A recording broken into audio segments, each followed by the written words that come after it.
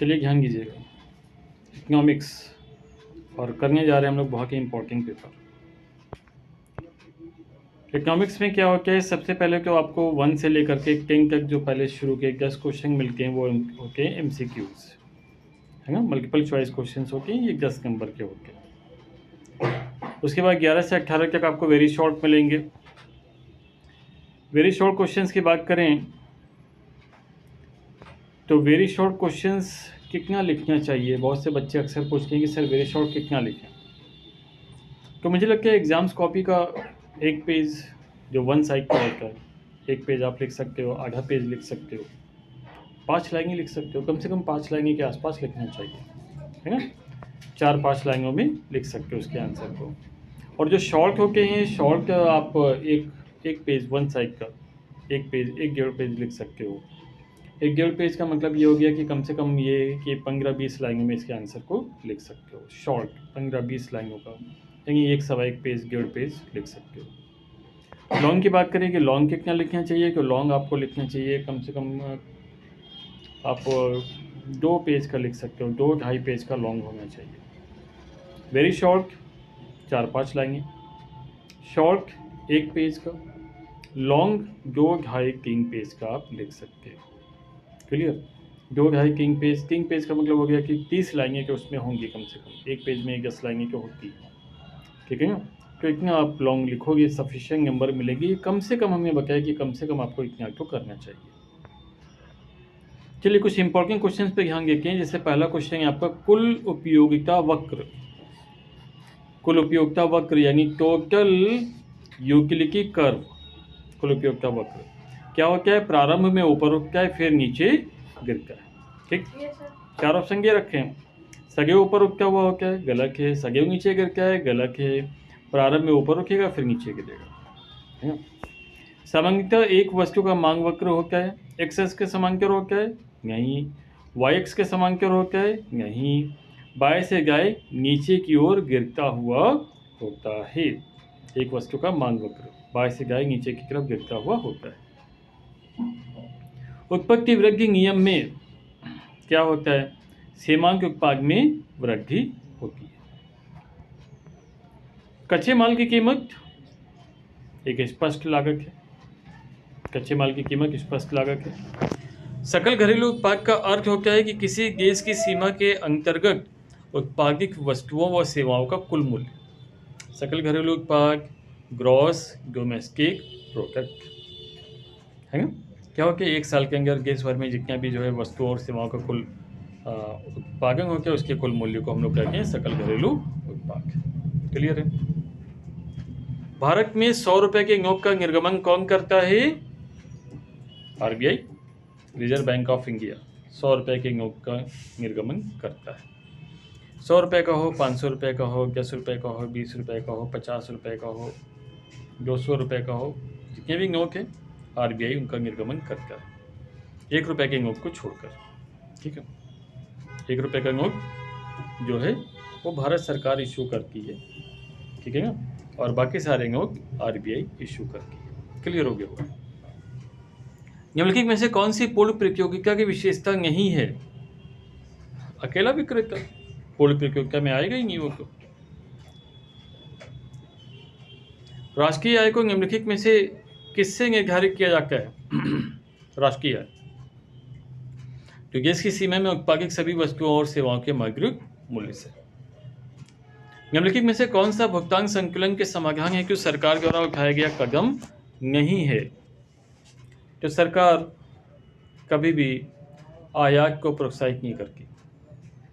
सरकार कभी भी आयात को प्रोत्साहित नहीं करती। क्लियर, तो आयात प्रोत्साहन हो गया।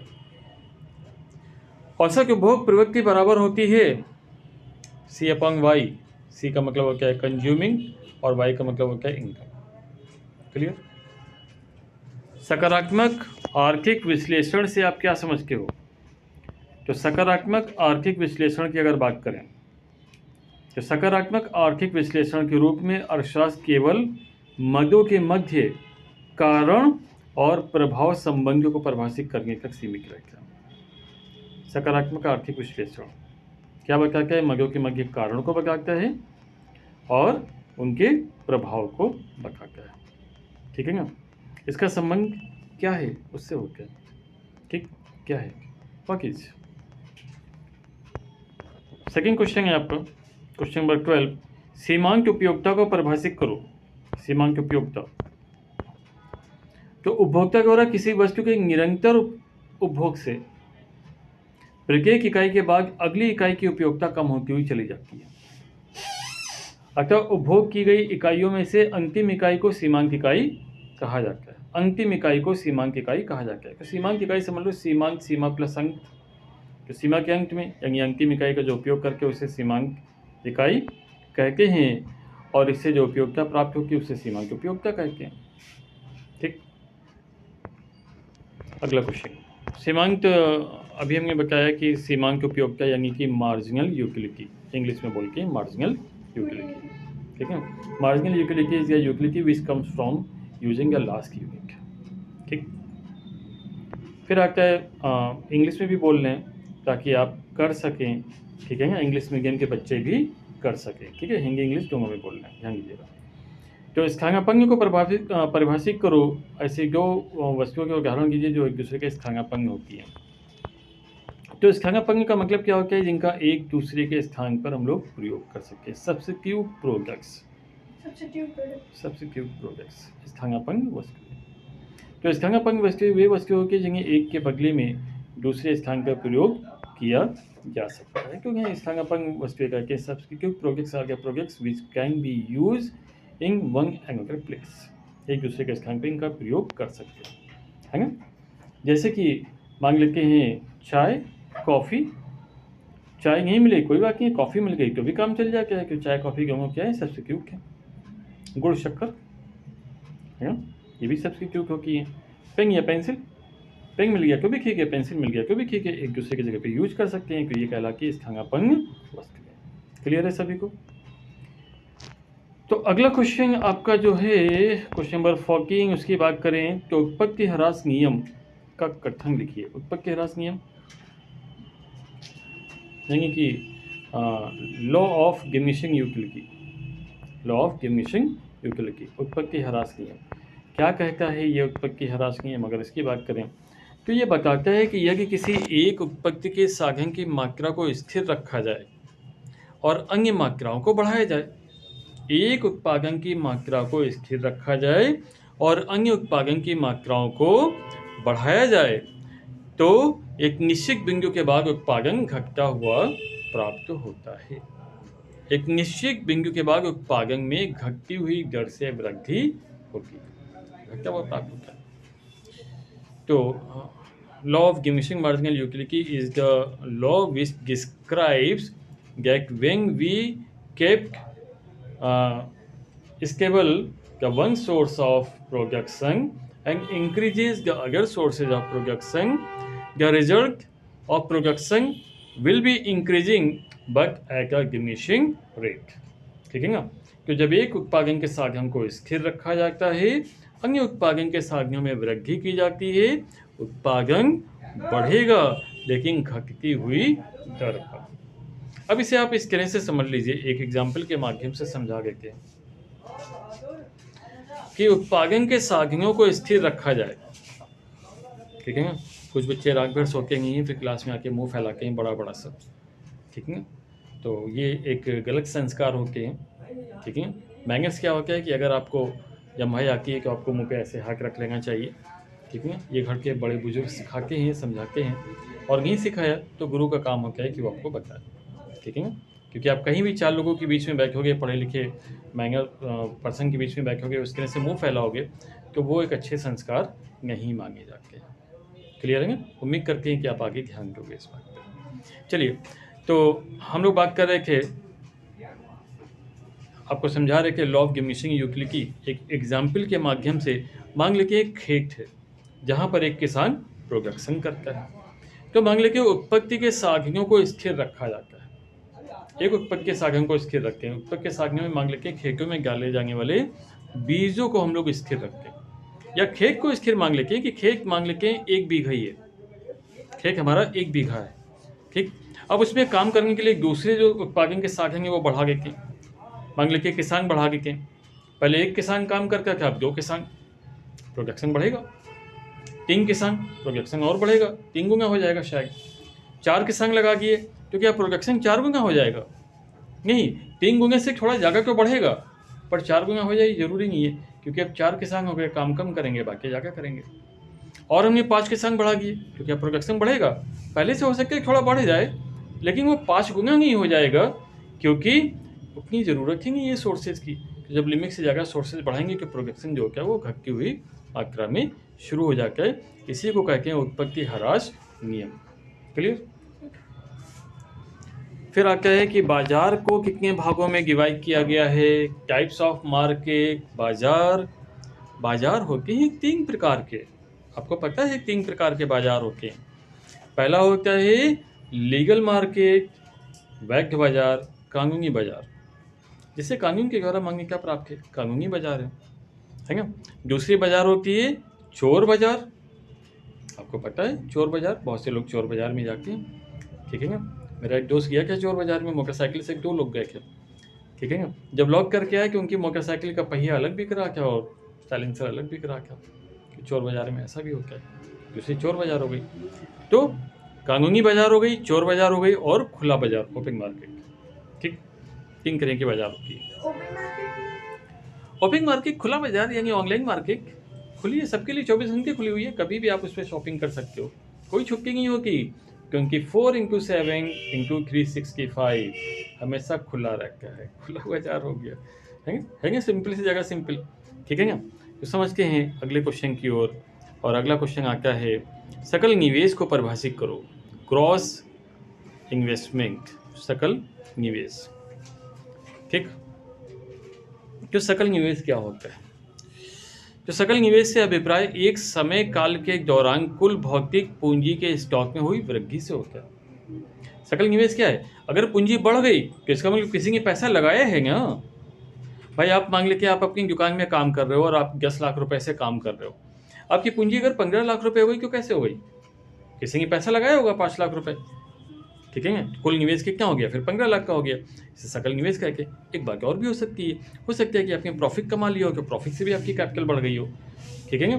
तो टोटल हम कह सकते हैं कि एक समय के दौरान पूंजी, भौतिक पूंजी के स्टॉक में अगर कुल वृद्धि होती है तो उससे हम लोग कहते हैं सकल निवेश। इसमें डिप्रिसिएशन को भी शामिल किया जाता है, मतलब खर्चे माइनस नहीं किए जाते, क्योंकि ग्रॉस इन्वेस्टमेंट है ये। अगले क्वेश्चन की बात करते हैं। क्वेश्चन नंबर 17 है बैंक क्या है? बैंक की अगर बात करें तो बैंक एक वित्तीय संस्था है। Bank is a financial institutions जो जनता से पैसा जमा करती है, which deposit the money of public, और जनता को ऋण प्रदान करने का काम करती है, and provide loan to the public. लोग अपनी बचत करके सुरक्षा की दृष्टि से बैंक में पैसा जमा करते हैं ताकि उन्हें ब्याज भी मिले। People save their money and invest it into banks so that they can earn their income as interest, and their money will also be secure. And whenever they are in need, they can withdraw money from the bank on time to time. Clear? तो भाई क्या है bank? क्या है? एक ऐसी वित्तीय संस्था होती है जहाँ पे लोग अपना पैसा जमा करते हैं, ठीक है। यानी बैंक एक ऐसी संस्था है जो जनता से पैसा जमा करके और जनता को ऋण प्रदान करती है। लोग अपने बैंक में पैसा जमा करते हैं, क्यों? क्योंकि उन्हें जमा पर ब्याज प्राप्त होता है और उनके पैसे की सुरक्षा भी रहती है, और जब भी चाहें समय समय पर वो पैसे को निकाल भी सकते हैं। अगले क्वेश्चन पर आते हैं, और अगला क्वेश्चन है क्वेश्चन नंबर 18। भुगतान संकलन में अतिरेक क्या है? What is surplus of balance of payment? Surplus of balance of payment, भुगतान संकलन में अतिरेक क्या है? तो अतिरेक का मतलब हमने बता दिया सरप्लस, ठीक है ना। जब पैसा मिला ज़्यादा, गया कम, तो हमारे पास बच गया अतिरेक, यानी अतिरिक्त पैसा, इसे कहते हैं भुगतान संकलन में अतिरेक। भुगतान संकलन में अतिरेक किसे कहते हैं? What is surplus of balance of payment? तो surplus of balance of payment is the amount which is the extra amount, the difference of receive and payments, difference of receive and payment. भुगतान और आय का जो difference होता है, जो extra रकम होती है, वही भुगतान संकलन में अतिरेक कहलाती है। क्लियर हो गया होगा सभी को। अगला क्वेश्चन है कि भैया ये जो सब्जेक्ट मैटर है इकोनॉमिक्स का वो क्या है? अर्थशास्त्र की विषय सामग्री। तो अर्थशास्त्र की विषय सामग्री में पहला क्या है? Micro economics. माइक्रो यानी व्यष्टि अर्थशास्त्र, ठीक है। माइक्रो मतलब हो क्या है? छोटा। तो अर्थशास्त्र में अध्ययन का एक ऐसा तरीका जहाँ पर एक व्यक्ति का अध्ययन किया जाता है, एक फर्म का अध्ययन किया जाता है, एक उद्योग का अध्ययन किया जाता है, एक उपभोक्ता का अध्ययन किया जाता है, एक वस्तु का अध्ययन किया जाता है, उसे हम लोग कहते हैं माइक्रो इकोनॉमिक्स, व्यष्टि अर्थशास्त्र। इसके अंतर्गत हम लोग वस्तुओं और सेवाओं में मूल्य का निर्धारण कैसे किया जाता है इसका अध्ययन करते हैं, यानी कि हम लोग थ्योरी ऑफ प्राइस, कीमत के सिद्धांत को यहाँ पर स्टडी करते हैं। इसमें हम लोग जो सिद्धांत पढ़ते हैं वो है आपका थ्योरी ऑफ कंज्यूमर बिहेवियर, यानी उपभोक्ता व्यवहार का सिद्धांत, थ्योरी ऑफ डिमांड, मांग का सिद्धांत, थ्योरी ऑफ प्रोड्यूसर बिहेवियर, उत्पादक व्यवहार का सिद्धांत, थ्योरी ऑफ सप्लाई, पूर्ति का सिद्धांत, थ्योरी ऑफ प्राइस, कीमत का सिद्धांत। माइक्रो इकोनॉमिक्स में ये सब हम लोग स्टडी करते हैं। चलिए बात करके हैं मैक्रो इकोनॉमिक्स में क्या स्टडी करते हैं। मैक्रो यानी बड़ा। तो ये अर्थशास्त्र के अध्ययन का एक ऐसा तरीका है जहाँ पर संपूर्ण का अध्ययन किया जाता है। अर्थव्यवस्था में पूरी अर्थव्यवस्था का अध्ययन किया जाता है। एक व्यक्ति का नहीं, सभी व्यक्तियों का अध्ययन किया जाता है। एक व्यक्ति का नहीं, सारे के सारे व्यक्तियों का अध्ययन किया जाता है। एक फर्म का नहीं, सभी फर्म का अध्ययन किया जाता है। जैसे कि रोजगार का सिद्धांत हो गया, अर्थव्यवस्था में संतुलन का सिद्धांत हो गया या असंतुलन का सिद्धांत हो गया, मांग या पूर्ति का सिद्धांत हो गया, राष्ट्रीय आय का सिद्धांत हो गया। क्लियर? तो ये सिद्धांत है जिनका अध्ययन इसमें किया जाता है। चलिए क्वेश्चन नंबर 20 देखते हैं। 20 क्या है? तो 20 क्वेश्चन है सीमांत उपयोगिता और कुल उपयोगिता के बीच में संबंध को बताइए। सीमांत उपयोगिता और कुल उपयोगिता में संबंध, क्वेश्चन नंबर 20। तो सीमांत उपयोगिता या उसके गुण या फिर यूटिलिटी, मार्जिनल यूटिलिटी या टोटल यूटिलिटी, रिलेशनशिप पूछी जा रही है इनमें क्या है। तो सबसे पहली बात तो बात करते हैं कि प्रारंभिक अवस्था में वस्तु के उपभोग से सीमांत उसकी गुण घटता है, कुल उसकी गुण बढ़ता है। ठीक है ना? In initial stage marginal utility will decrease and total utility will increase. ठीक, सीमांत तो उसकी गुण घटेगा, कुल तो उसकी गुण बढ़ेगा। क्लियर? दूसरा, जब तक सीमांत उसकी गुण धनात्मक रहता है तब तक कुल उसकी गुण भी बढ़ता है। At a time when the marginal utility is positive, total utility increases. Number 3, जिस बिंदु पर सीमांत उसकी गुण शून्य हो जाएगा उस बिंदु पर कुल उसकी गुण अधिकतम हो जाएगा, और इसे हम लोग फुल सेटिस्फैक्शन पॉइंट कहते हैं। Where the marginal utility is 0 and the total utility is maximum, that is the point which is called full satisfaction point. ठीक, अगला पॉइंट आता है, अगर पूर्ण संतुष्टि मिलने के बाद भी उपभोक्ता वस्तु का उपयोग करता रहता है तो सीमांत उसकी गुण ऋणात्मक हो जाएगा और कुल उसकी गुण भी घटने लगेगा, है ना। तो अगर when after satisfaction when the consumer continues to use the products, the marginal utility will be negative and total utility will start to decrease. Clear हो गया? फॉर एग्जाम्पल समझ लेते हैं इस बात को कि भाई ये है क्या, हम लोग क्या समझ रहे हैं। तो किसकी गुण क्या होता है हमने आपको बताया, उपयोगिता क्या होती है, यूटिलिटी क्या होती है। अगर इसकी बात करें कि जब हम किसी वस्तु को उपयोग करते हैं और उपयोग करने से हमें सेटिस्फैक्शन प्राप्त होती है, संतुष्टि की प्राप्ति होती है, तो उसे हम लोग उपयोगिता कहते हैं या फिर किसकी गुण कहते हैं, इंग्लिश में यूटिलिटी कहते हैं, है ना।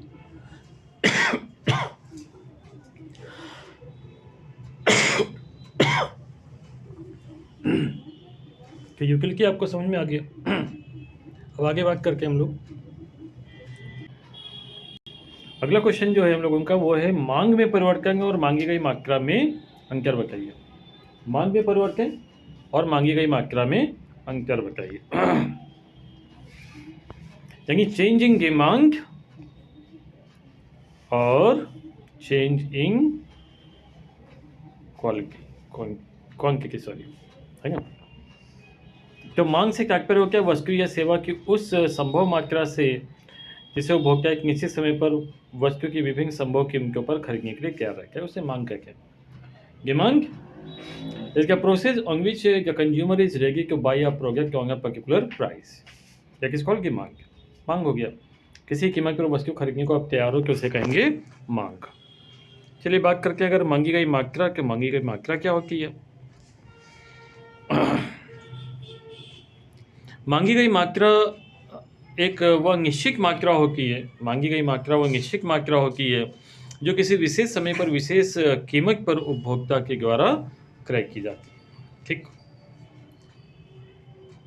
मांग में परिवर्तन कीमत में परिवर्तन के फलस्वरूप होता है। मांग में परिवर्तन कीमत में परिवर्तन के फलस्वरूप होता है। Change in demand is due to the change in price. लेकिन अगर मांगी गई मात्रा की बात करें तो मांगी गई मात्रा में परिवर्तन जो होता है वो वस्तु की कीमत में हुए परिवर्तन के कारण होता है। ठीक है, समझिएगा।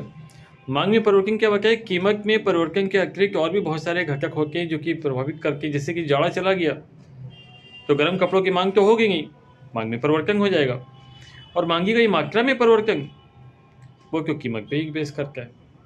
क्लियर हो गया। तो मांगी गई मात्रा और मांग में फर्क समझ में आ रहा होगा।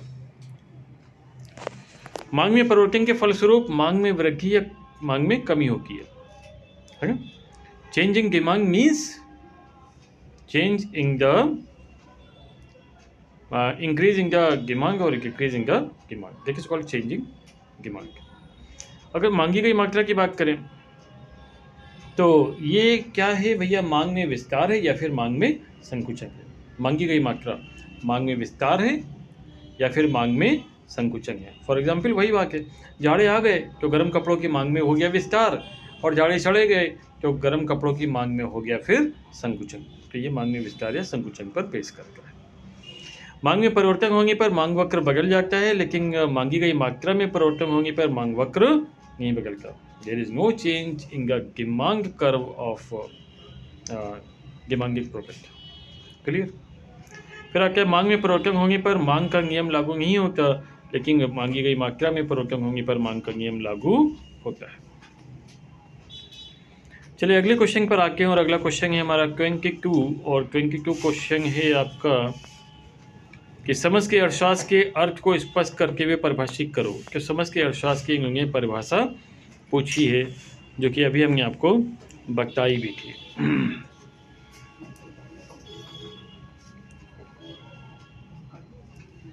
कि समझ की यानी कि संपूर्ण, यानी कि समग्र, यानी कि मैक्रो, माइक्रो नहीं, मैक्रो बड़ा वाला अर्थशास्त्र है ये। तो यहाँ पर एक व्यक्ति का नहीं, संपूर्ण व्यक्तियों का अध्ययन किया जाता है। एक फर्म का नहीं, सारी फर्म का अध्ययन किया जाता है। एक व्यक्ति की आय का नहीं, बल्कि राष्ट्रीय आय का अध्ययन किया जाता है। एक व्यक्ति के रोजगार के नहीं, बल्कि कुल रोजगार की बात करते हैं। एक व्यक्ति की आय की नहीं, बल्कि राष्ट्रीय आय की बात होती है। एक व्यक्ति के द्वारा किए गए उत्पादन की नहीं, बल्कि कुल राष्ट्रीय उत्पादन की यहाँ पर बात होती है। क्लियर। इसकी परिभाषा लिख दीजिए भाई। चैम्बरलिन ने बताया कि समझ के अर्थशास्त्र कुल संबंधों की व्याख्या करता है। Macro economics describes the total relationship. Clear, कुल संबंधों की व्याख्या करता है। अगला क्वेश्चन है बाजार की विशेषताएं बताइए।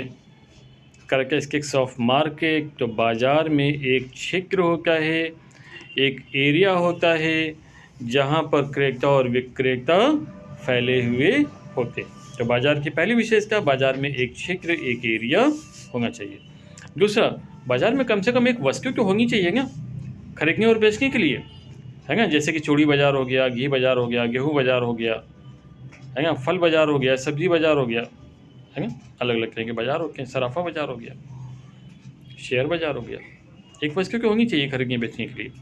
क्रेता और विक्रेता, तीसरी कंडीशन आती है भैया बाजार में क्रेता और विक्रेता होनी चाहिए। खाली क्रेता ही हो, खरीदने वाले हों, बेचने वाले कोई ना हो तो बाजार नहीं हो, और खाली बेचने वाले हो, खरीदने वाले ना हो तो भी बाजार नहीं हो।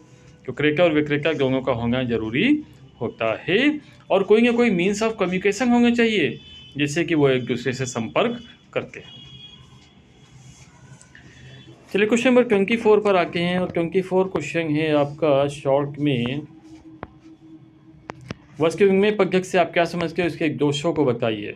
एक और इम्पॉर्टेंट क्वेश्चन, कई बार हमने आप लोगों को समझाया है कि वस्तु विनिमय क्या है भैया, इसे इंग्लिश में कहते हैं barter system. What is barter system?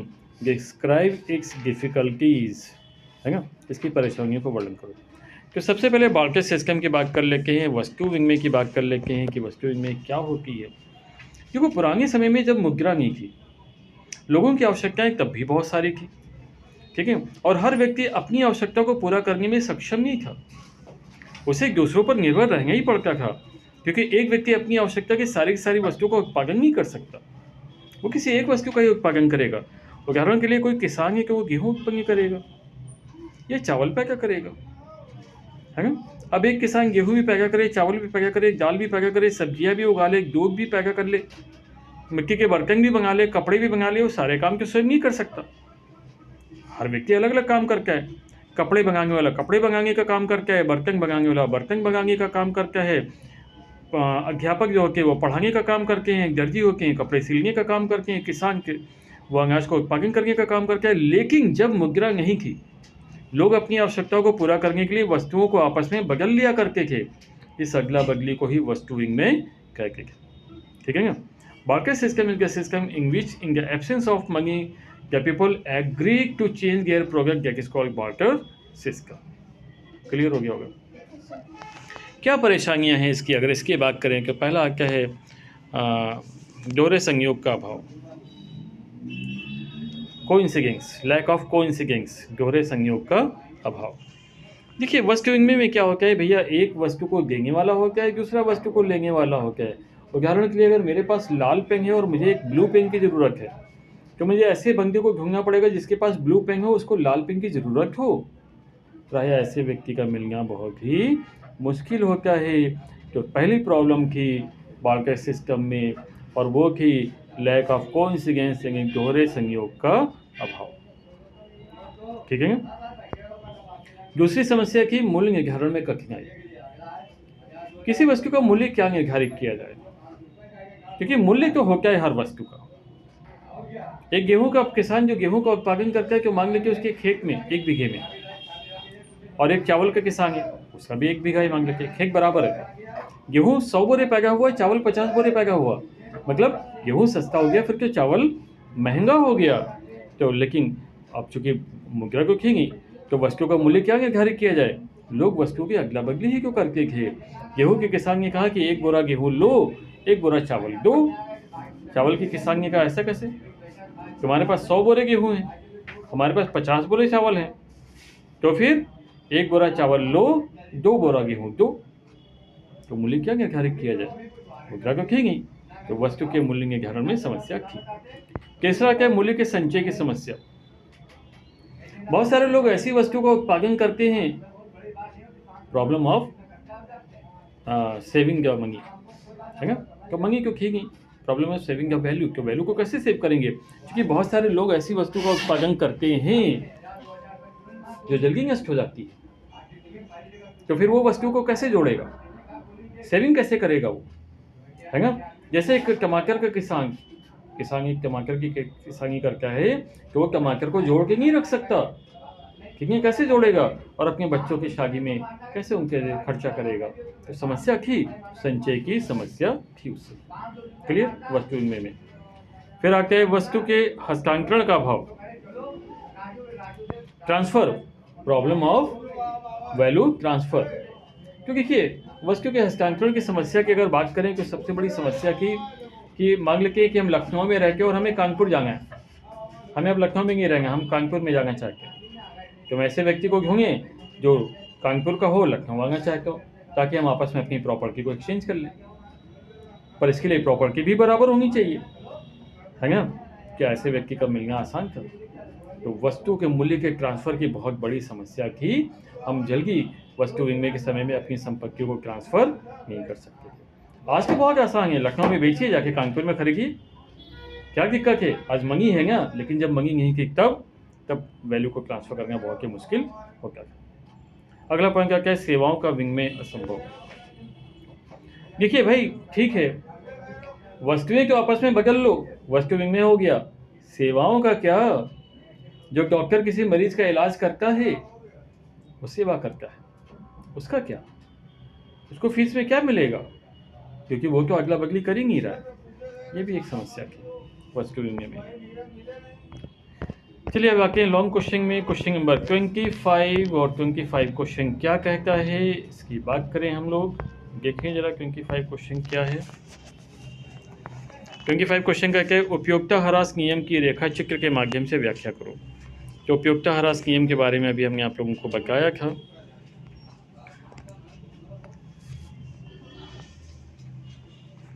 उपयोगिता ह्रास नियम, law of diminishing marginal utility, बताया क्या हमने आपको। क्या होता है कि जब हम एक साथ एक वस्तु का, एक से ज़्यादा वस्तु का उपयोग करते हैं कि उससे मिलने वाली उपयोगिता हमारी कम होती हुई चली जाती है, इसी को उपयोगिता ह्रास नियम कहते हैं, है ना, diminishing law of diminishing utility.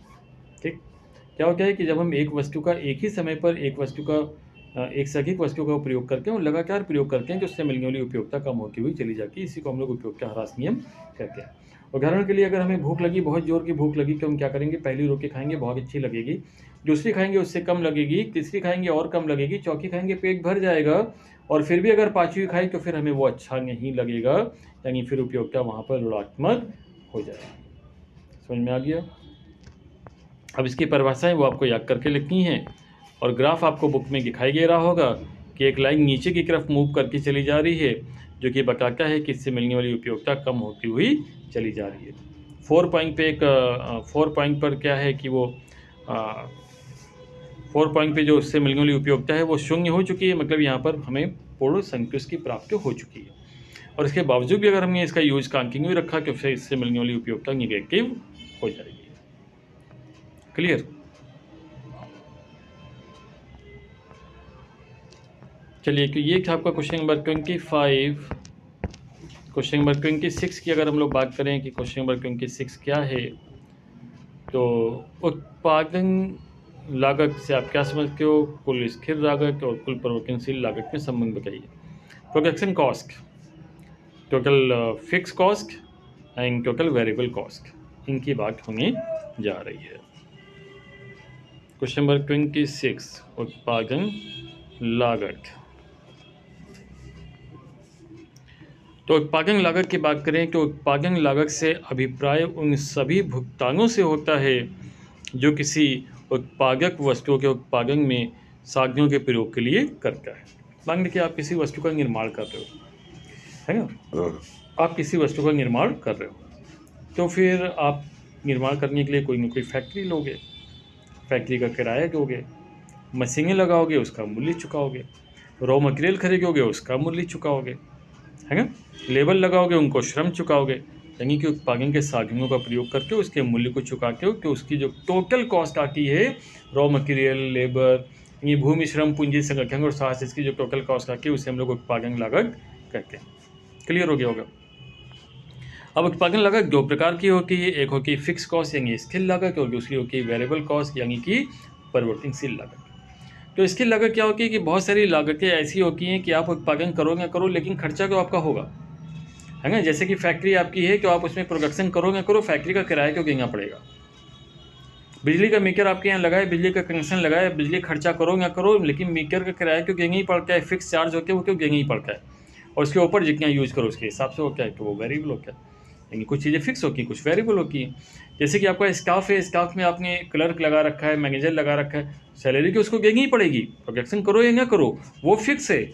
और बाकी आप प्रोडक्शन के हिसाब से कर्मचारियों की संख्या में वृद्धि कर लेते हो या लेबर लगा लेते हो, ठीक है, जब ज़रूरत होती है, और जब नहीं होती है हटा देते हो, तो वो वेरिएबल हो गया। फिर तो समझ गए फिक्स क्या होता है और वेरिएबल क्या होता है। तो ये क्या 26। अब बात करेंगे 27 क्वेश्चन की कि 27 क्वेश्चन क्या है। तो 27 क्वेश्चन है सरकारी बजट और इसके उद्देश्य। तो चलिए सरकारी बजट पर आते हैं। Question number 27।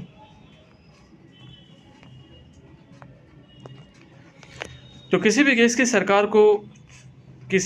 सरकार को देश चलाने के लिए जो की जाने वाली गतिविधियाँ होती हैं उसके लिए धन की आवश्यकता होती है। देश चलाने के लिए धन चाहिए, पैसा चाहिए। बहुत सारी ऐसी गतिविधियाँ होती है जो सरकार को पैसे से ही क्यों प्राप्त होंगी। कोई भी सरकार को चीज़ फ्री में क्यों नहीं मिलती है ना। और सरकार भी जो इनकम होती है, सरकार के भी खर्चे होते हैं, और सरकार अपनी इनकम और खर्चों को रखने के लिए उसका हिसाब किताब रखता है।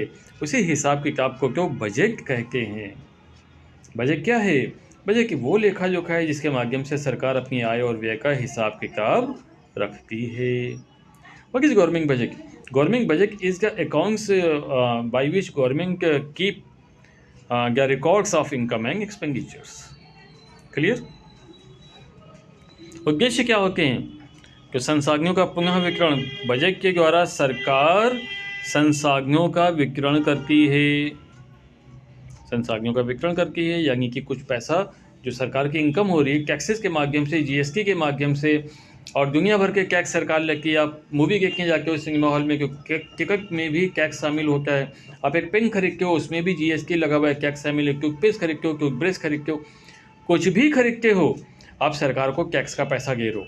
सरकार को जब वो टैक्स का पैसा प्राप्त होता है, उससे सरकार क्या करती है?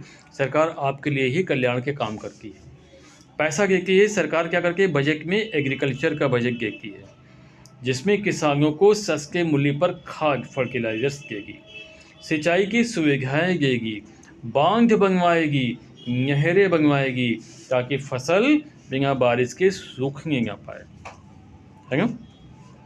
आपको सिक्योरिटी देगी। सिक्योरिटी यानी सुरक्षा, सुरक्षा देगी। कि सुरक्षा कैसे देती है सरकार? पुलिस के माध्यम से, है ना। पुलिस ऑफिसर से अपॉइंट करती है जो कि आपको लड़ाई दंगे से सुरक्षा प्रदान करते हैं। आर्मी अपॉइंट करती है बॉर्डर्स पर, जो कि आपको पड़ोसी मुल्कों से सुरक्षा प्रदान करते हैं। रोजगार के अवसर सरकार प्रदान करती है, यानी नई नई फैक्ट्रियाँ, उद्योग, कारखाने स्थापित करती है, जहाँ पे लोगों को मिलती है रोजगार, नौकरी, समाज कल्याण के काम करती है, और इन सब के लिए आवश्यकता होती है बजट की। क्लियर है? तो ये क्वेश्चंस आपको करके लाने होंगे। एक इम्पॉर्टेंट क्वेश्चन है, चलो उसकी भी बात कर लेते हैं। एक एक्स्ट्रा बता देते हैं पेपर से, ताकि आपके पास एक ऑप्शन भी हो जाए कि लॉन्ग में 3 करने हैं तो 4 हम समझा के रहे हैं। तो एक आ जाएगा भुगतान संकलन और व्यापार संकलन, चूँकि इम्पॉर्टेंट है इसलिए डिस्कस कर लेते हैं। तो भुगतान संकलन यानी कि बैलेंस पेमेंट और बिजनेस, है ना, बैलेंस ऑफ पेमेंट और बैलेंस ऑफ बिजनेस, इनकी बात करने जा रहे हैं हम लोग। तो भुगतान संकलन क्या होता है कि भैया इसमें सरकार जो होती है वो आय और आयात और निर्यात पर जो है सामंजस्य बिठाने का प्रयास करती है। क्या करती है सरकार? सरकार क्या करती है? आयात को कम करती है और निर्यात को बढ़ाने का प्रयास करती है, यानी इंपोर्ट को रिड्यूस करती है और एक्सपोर्ट को बढ़ाने का प्रयास करती है। और व्यापार में क्या होता है? आयात और निर्यात दोनों का ही संकलन बनाना जरूरी होता है। भुगतान संकलन का क्षेत्र व्यापक होता है, जबकि व्यापार संकलन का क्षेत्र जो होता है वो संकुचित होता है। भुगतान संकलन सदैव संतुलित रहेगा, लेकिन जो व्यापार संकलन होगा वो अनुकूल भी हो सकता है और प्रतिकूल भी हो सकता है। भुगतान संकलन में क्या होता है? ग्रस्य और अग्रस्य दोनों मदे होती हैं। भैया दिखाई देने वाली, यहाँ दिखाई देने वाली, आप लोग तो पता ही है आप लोगों को। जैसे कि प्रॉपर्टी में आप लैंड ले लो, बिल्डिंग ले लो, दिखाई पड़ रही है, ग्रस्य है। गुडविल ले लो, नहीं दिखाई पड़ती है, अग्रस्य है ना। दोनों मदे होती हैं। और व्यापार संकलन में तो केवल ग्रस्य मगे ही होती हैं, आयात और निर्यात ही होता है, इसी को शामिल किया जाता है। भुगतान संकलन अधिक प्रभावित करता है, व्यापार संकलन अधिक प्रभावित नहीं करता है। भुगतान संकलन ज़्यादा महत्वपूर्ण है, व्यापार संकलन कम महत्वपूर्ण है।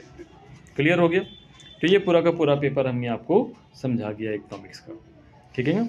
और अब आपका ये ड्यूटी है, आपका ये कर्तव्य है कि इस पेपर को आप अपनी कॉपी में सॉल्व ज़रूर करें।